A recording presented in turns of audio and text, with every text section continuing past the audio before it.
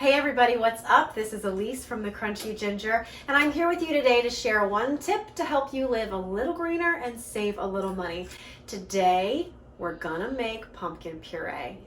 Canned pumpkin from the store is a little bit pricey, but making it ourselves is not only super easy, it's very frugal. So all you're gonna need is a pumpkin, and when I say pumpkin, I want you to hear winter squash, because you can prepare any winter squash this way, and in any recipe that calls for pumpkin, you can swap it out for a pureed winter squash.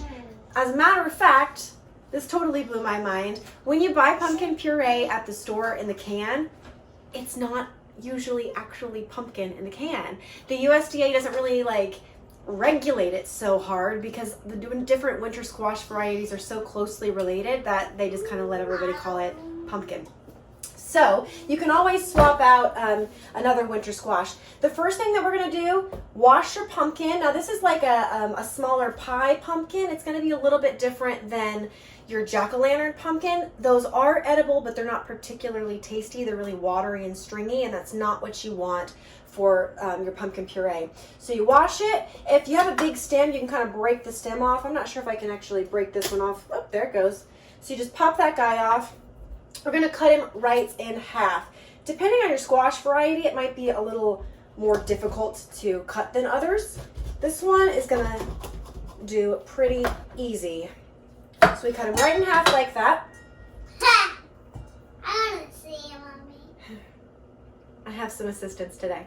So we're cutting right in half like this, and now we're going to do it just like you do a carving pumpkin. You scoop out the seeds, you scoop out the stringy stuff, but don't throw away the seeds, please. They're so healthy for you. They're an excellent snack. They're full of magnesium, fiber, potassium. They're really healthful. So you can rinse those off, dry them out, and roast them up for a little snack. So let me just get all of these seeds and guts out of here. I scooped out the seeds and the guts of this, and I've saved them for later. And now all we need to do is get a baking sheet like this, and you can line it with parchment if you want. I have these silicone baking sheets, so I just like using these. And we're gonna give it a little sprinkle of salt. The salt is gonna help draw some of the moisture out while it's baking, while it's roasting. And it's also going to help soften the meat a little bit. So sprinkle it with a little bit of salt. Put it cut side down on your baking sheet. We're going to pop this just like this into the oven at 400 degrees. It's going to take about 45 minutes to an hour or so, depending on the size of your squash. And just keep kind of checking it towards the end. You'll really start to smell it as it bakes. It's going to smell amazing in your house. And you just want it so that you can pierce it with a fork, and I'll show you after it's done. Let's check back. All right, so it has been about 50 minutes or so, and I think we are done here. It is super bubbly. It smells amazing. Let's see if you can catch a glimpse of this. One of the ways that I know when it's done is if the skin, it gets a little bit deflated like this. It starts to crack. It might start to kind of blister on top. So I'm going to pull this out of the oven. Yes. There we go. I'm going to flip him over just like that. Here's my fork. Yeah, it's just falling right apart. It almost, oh gosh, it's like, it looks like pumpkin pudding just like that. So I'm going to pull this out of the oven, let it cool off until it is cool enough for us to handle, and then we will scoop out the flesh. It has been about 30 minutes or so. This pumpkin is now cool enough for me to be able to handle. And all we need to do now is scoop the flesh right out of the pumpkin. You can see it comes out just like ice cream. And we're going to drop it in our food processor. If you don't have a food processor, a high-powered blender or even a regular blender would work. I've even used my little bullet blender before.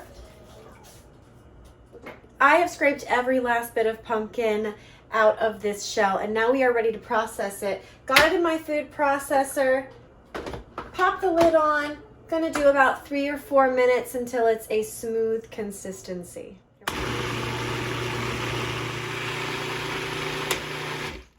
If your variety of squash is a little bit watery, let you take a look at this. If it's a little bit watery, you can always use a cheesecloth to kind of strain out some of the liquid. Likewise, if your squash variety ends up being a little bit dry, you can add a few tablespoons of water to kind of thin out the consistency.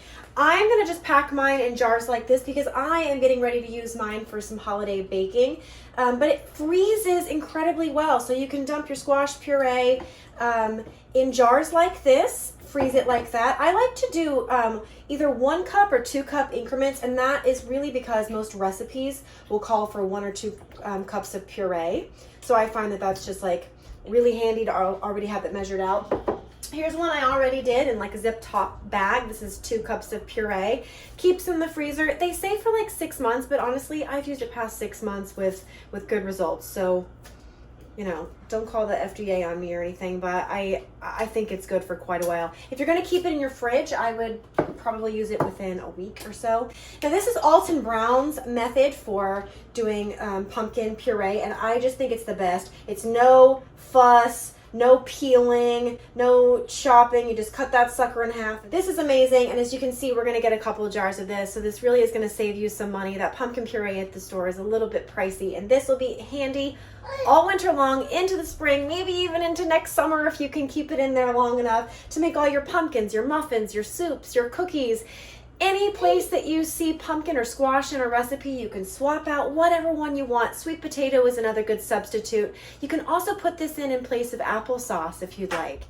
I hope this tip helps you save a little money and live a little greener. For more tips and tricks, follow me on Instagram at The Crunchy Ginger. Head on over to thecrunchyginger.com. Thank you so much for watching.